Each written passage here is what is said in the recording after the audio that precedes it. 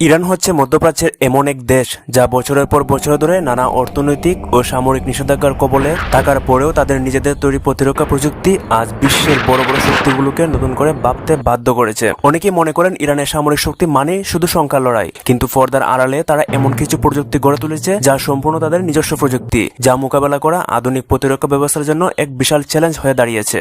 সবাই যখন ইরানের মাটির নিচে টানেল নিয়ে পড়ে আছে, ঠিক তখনই ইরান তাদের আসল খেলা শুরু করে সমুদ্র আর আকাশে। ইরানের হাতে এখন রয়েছে বিশ্বের অন্যতম ভয়ঙ্কর ব্যাটালিয়ন অফ কামিকাজ ড্রোন। এগুলো আকারে ছোট, দামে সস্তা, কিন্তু এদের আঘাত হানার ক্ষমতা ভয়াবহ। এই ড্রোনগুলোতে সোয়ার্ম টেকনোলজি ইউজ করা হয়েছে, যার মানে হলো কয়েকশো ড্রোন একসাথে একটি লক্ষ্যবস্তুর উপর ঝাঁপিয়ে পড়ে। বর্তমানে কোনো এয়ার ডিফেন্স সিস্টেমের পক্ষে এতগুলো ড্রোন একসাথে আটকানো প্রায় অসম্ভব।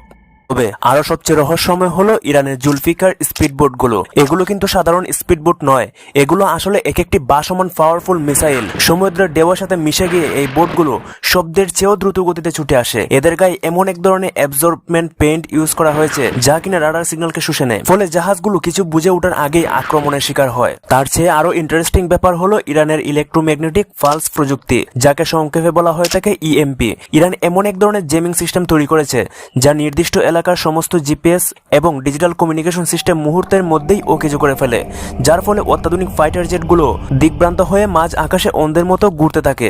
সবাই যখন ইরানের মিসাইল নিয়ে চিন্তিত, তখন সমুদ্রের নিচে ইরান পেতে রেখেছে এক অদৃশ্য জাল। আপনি কি কখনো স্মার্ট মাইনের কথা শুনেছেন?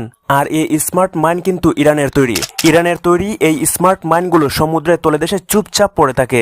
এগুলো কোনো সাধারণ মাইন নয় যা জাহাজের সাথে ধাক্কা লেগে ফেটে যাবে, বরং এদের ভেতরে রয়েছে এমন এক ডিজিটাল সেন্সর প্রযুক্তি যা কিনা এর উপর দিয়ে যাওয়া জাহাজের ইঞ্জিনের শব্দ বা ম্যাগনেটিক ফিল্ড বিশ্লেষণ করে চিনতে পারে এটি বন্ধু নাকি শত্রু জাহাজ। যদি শত্রু জাহাজ হয় তবে এটি নিচ থেকে টর্পেডোর মতো ছুটে গিয়ে জাহাজটিকে মাঝখান থেকে দুই ভাগ করে দেয়। ভাবুন তো, কোনো সাবমেরিন বা যুদ্ধ জাহাজ ছাড়াই কিভাবে ইরান পুরো একটি সাগরকে শত্রুর জন্য অপ্রতিরোধ করে তুলতে পারে। যুদ্ধের ময়দান এখন আর শুধু মাটি আর পানিতে সীমাবদ্ধ নেই।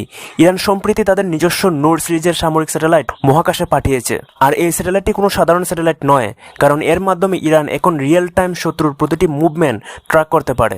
আগে ইরানকে গোয়েন্দা তথ্যের জন্য অন্য দেশের উপর নির্ভর করতে হতো, কিন্তু বর্তমানে তাদের নিজস্ব I in the sky system আকাশে রয়েছে।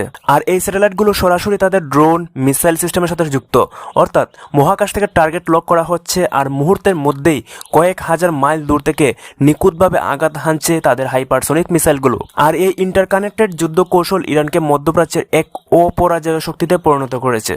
সর্বশেষে যে রহস্যময় অস্ত্রের কথা বলতেই হয় তা হলো ইরানের লেজার গান বা ডাইরেক্টেড এনার্জি ওয়েপেন। ইরান এমন এক লেজার সিস্টেম তৈরি করেছে যা দিয়ে খুব সহজে আকাশপথে আসা শত্রুর ড্রোন বা ইলেকট্রনিক সেন্সরগুলোকে পুড়িয়ে অন্ধ করে দেওয়া যায়।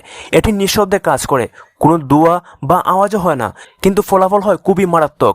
যখন কোনো পাইলট বুঝতে পারবে না তার বিমানের সেন্সর কেন কাজ করছে না, তখনই বোঝা যাবে ইরানের সেই অদৃশ্য লেজার তার কাজ সেরে ফেলেছে।